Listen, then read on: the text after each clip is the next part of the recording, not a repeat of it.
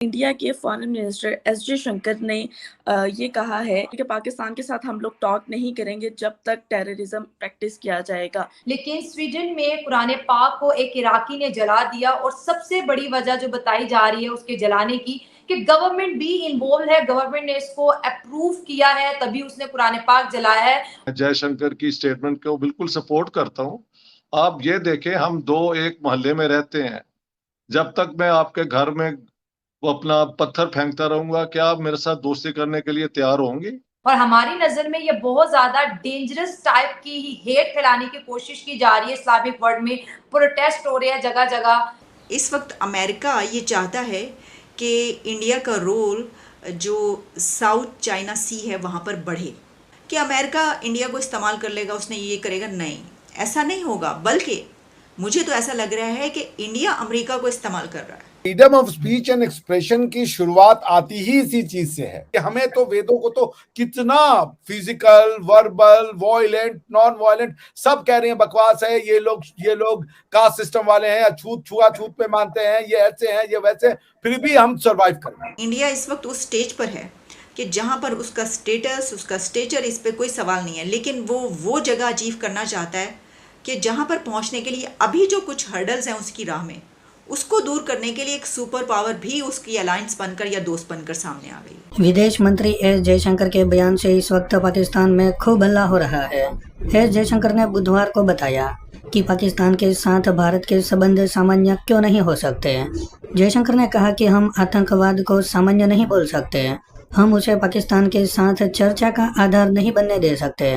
इसी के साथ विदेश मंत्री ने आगे कहा कि पाकिस्तान की ओर से सीमा पार से आतंकवाद की नीति के रहते हुए सामान्य संबंध होना संभव नहीं है। दिन को हम पाकिस्तान के साथ व्यापार करें और रात को वो आतंकवादी यहाँ पर भेजे, ये दोनों एक साथ नहीं हो सकता। वहीं दूसरी ओर स्वीडन में खुलेआम कुरान को जलाया गया, जिसे देख पाकिस्तानी मीडिया खूब हाथ पैर मार रहा है और वो लोग ये बातें कर रहे हैं कि जानबूझकर दुनिया भर में मुसलमानों को जलील किया जा रहा है। फ्रीडम ऑफ स्पीच के नाम पर कुरान को जलाकर वो लोग हमें उकसाने की कोशिश कर रहे हैं, जिसके जवाब में भारत के पैनलिस्ट ने ऐसा जवाब दिया जिसे हर एक नागरिक को सुनना चाहिए। लेकिन स्वीडन में कुरान पाक को एक इराकी ने जला दिया और सबसे बड़ी वजह जो बताई जा रही है उसके जलाने की कि गवर्नमेंट भी इन्वॉल्व है, गवर्नमेंट ने इसको अप्रूव किया है तभी उसने कुरान पाक जलाया है। और हमारी नजर में ये बहुत ज्यादा डेंजरस टाइप की हेट फैलाने की कोशिश की जा रही है। इस्लामिक वर्ल्ड में प्रोटेस्ट हो रहे हैं जगह जगह। तो ये freedom of expression, freedom of speech के जमरे में आता है। ये इस्लामोफोबिया है कि कुरान पाक को बार बार जलाना, मुसलमानों को गुस्सा दिलाना, ये ऐसा यूरोप वाली साइड पे या फिर हम देखते हैं नॉन मुस्लिम की तरफ से अब ये बहुत ज्यादा होने लग गया। आप इस पे क्या कहेंगे? देखिए, freedom of speech and expression की शुरुआत आती ही इसी चीज से है, रिलीजन के अगेंस्ट। बिकॉज कि होता यह है कि जब सोसाइटी में कॉन्स्टिट्यूशनल डॉक्यूमेंट, रिलीजियस डॉक्यूमेंट होते थे, तो वहां पे लोग होते थे वो आपको गॉड के अगेंस्ट में या फिर गॉड के और किसी इंटरप्रिटेशन के अगेंस्ट में कुछ बोलने नहीं देते थे, जिसको वो ब्लास्फेमी कह के डराते थे।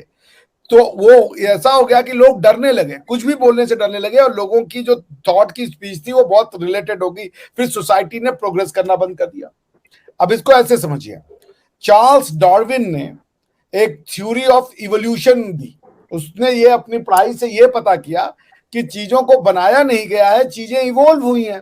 अब ये सही है या गलत है ये बात अलग है, मगर उसका ये कहना था कि भाई जो इंसान है वो भी बनाया नहीं गया, वो बंदर से इंसान बना। तो अब अगर आप ये कह रहे हो कि बंदर से इंसान बना, और उस समय जो बिब्लिकल सोसाइटी थी वो तो ये मानती थी कि भाई गॉड ने क्रिएशन किया है, यानी गॉड ने हमें ऐसे ही 2 हाथ 2 पैर ऐसे इंसान बना के भेज दिया हमें। वो कह रहा है कि पहले हम 4 पैरों पे चलते थे, बाद में 2 पैरों पे आए। चार्ल्स डार्विन ने जब ये कंक्लूजन निकाला तो उसकी रूह सिहर गई। उसने अपनी थीसिस को पब्लिकेशन में नहीं दिया। क्यों? क्योंकि वो वहां के प्रीस्ट से डर गया। आज आप इवोल्यूशन की थ्योरी पढ़ते हो, होता यह है कि जो रिलीजियस सोसाइटीज होती हैं वो समाज में सोचने की, समझने की, प्रश्न करने की, क्वेश्चन पूछने की सारी सलाहियतें खत्म कर देती, वो समाज को बंद कर देती है। और चूंकि वो बंद करती है तो वो धीरे धीरे सक्रिय हो जाती है, ब्लॉकेज हो जाता है सोसाइटी के थॉट प्रोसेस में।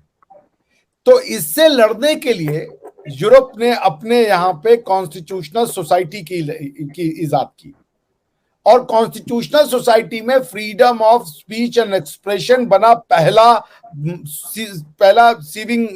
सीड समझिए, पहला बीज, जिससे कि आज आप यूरोप में इतनी साइंटिफिक टेम्परामेंट देख रही हैं। चूंकि आप ये भी याद रखिए, अगर इसको क्या नाम है, चार्ल्स डार्विन को डर हो गया कि हमें मार दिया जाएगा, तो गैलीलियो के साथ क्या हुआ? गैलीलियो ने अपने यूरोप में ये बताया कि जो ये यूनिवर्स है ये हीलियोसेंट्रिक है, ये जियोसेंट्रिक नहीं है। पृथ्वी सूरज के चारों ओर चक्कर लगाती है, सूरज पृथ्वी के चारों ओर चक्कर नहीं लगाता। उसको कहने पे मारा। आपको ये बिल्कुल पता होगा कि भाई गैलीलियो के बारे में आपने सुना होगा ना? जी बिल्कुल। बात यह है कि पूरे यूरोप ने उसको इतना प्रताड़ित किया कि वो बेचारा अधमरा, मतलब उसको ऑलमोस्ट मार ही दिया। और आपको पता है 31 अक्टूबर 1992 को क्या हुआ? 31 अक्टूबर 1992 को चर्च ने गैलीलियो से माफी मांगी 350 साल बाद। और किसने माफी मांगी? नॉर्मल चर्च ने नहीं, Vatican says Galileo was right. आप न्यूयॉर्क टाइम्स का जा करके 31 अक्टूबर 1992 का आप आर्टिकल पढ़िए, उसको एलन कॉवेल ने लिखा था और उसका नाम है after 350 years Vatican says Galileo was right. पृथ्वी साकी नहीं है। ये कहने के लिए आपको फ्रीडम ऑफ, उस बेचारे को 350 साल पहले मार दिया। इसीलिए आप देखिए कि समाज उनका कैसे बदलता है। अभी ब्रिटेन में एक हेट स्पीच का लॉ लाया गया, उसमें कहा गया किसी की एथनिसिटी, नेशनैलिटी, उसके जो उसकी कलर ऑफ रंग, इसके अगेंस्ट में कोई भी अगर बात करेगा तो उसको सजा मिलेगी। लेकिन रिलीजन को उससे बाहर रखा। रिलीजन की क्रिटिसिज्म और रिलीजन के अगेंस्ट में बोलने पे आपको कोई सजा नहीं मिलेगी, हेट स्पीच का पार्ट नहीं है वो। भाई यूरोप, आज का यूरोप जो बना है वो इसी से छुटकारा पाके बना है। आखिर 3.5 साल बाद कोई नॉर्मल चर्च नहीं, वेटिकन ने सॉरी कहा गैलीलियो को कि हाँ हमसे गलती हो गई, आप सही थे। इसका मतलब आप समझ रही है, मैं बोलना नहीं चाहता। ये है freedom of speech and expression, इसको हेट स्पीच नहीं कहते। समाज को आप दबा देंगे, उसको, उसकी सोचने की क्षमता को दबा देंगे। क्योंकि अगर आप चलेंगे रिलीजियस डॉक्यूमेंट से और आपकी रिसर्च ऐसा कुछ कहती है जो रिलीजियस डॉक्यूमेंट में लिखा है उसके अगेंस्ट में है, तो आप नहीं बोल पाएंगे, या अगर आप बोलेंगे तो आपको वहां के उस रिलीजन के ठेकेदार आपकी गर्दन उतार देंगे। Freedom of speech and expression की वजह से ही आज आप इंटरनेट और ये सब का यूज कर पा रही हैं, वरना तो इन्होंने स्कूल कॉलेजेस को बंद कर देना था, प्रिंटिंग मशीन को बंद कर दिया था सल्तनत उस्मानिया ने। आज आप कुरान के कई ट्रांसलेशन पढ़ पाती हैं। एक समय था कुरान के ट्रांसलेशन को भी बंद कर दिया गया था कि सिर्फ और सिर्फ अरबी में होगा, अदरवाइज बेअदबी हो जाएगी। जी ये हुआ। तो freedom of speech and expression hate speech नहीं है। और आपको यूरोप को समझना पड़ेगा, जो यूरोप को नहीं समझते हैं, क्योंकि यही चीज मैक्रो ने करी थी चार्ली हेब्डो को। बिकॉज चार्ली हेब्डो तो बनाएगा, वो तो हमारे भी देवी देवता का कार्टून बनाएगा, कई बार बनाया है। हमारे देवी देवताओं के जो है वो चप्पलों पे फोटो बना के दिया।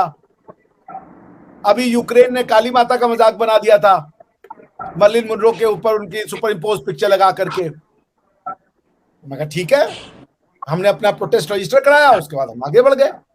लेकिन फ्रीडम ऑफ इंसान की, freedom of speech and expression non negotiable है। क्योंकि अगर आपने इसको नेगोशिएट कर दिया हेट स्पीच और इसके नाम पे, फिर आपका रास्ता हेट स्पीच है क्या? फिर कभी आप वो पहले उस रिलीजन के अगेंस्ट में नहीं बोलने देंगे, फिर रिलीजन को जो लोग बता रहे हैं उनके अगेंस्ट में नहीं बोलने देंगे, फिर आपको कुछ नहीं बोलने देंगे, फिर आपको कहेंगे ये भी मत बोलो, वो भी मत बोलो। और धीरे धीरे धीरे धीरे आप एक ऐसी सोसाइटी बन जाओगी जहां पे जो लोगों को कुछ नहीं पता वो आपके ऊपर राज कर रहे होंगे और आप मुंह खोलने से भी डरोगे। Freedom of speech and expression non negotiable है। और freedom of speech and expression आता ही है रिलीजन के अगेंस्ट में। Freedom of speech and relation is a result where you are allowed to do blasphemy. अगर ब्लास्फेमी आप नहीं कर सकते तो आपके पास freedom of speech and expression नहीं है। बाकी ये गॉसिप थोड़े बैन था, कभी गॉसिप कीजिए ना यार, मेरी सहेली है वो तो बड़ी दुष्ट है, ये मिश्रा को कुछ नहीं आता, वहां बकवास आदमी करता है, इस पे कौन रोक रहा है आपको?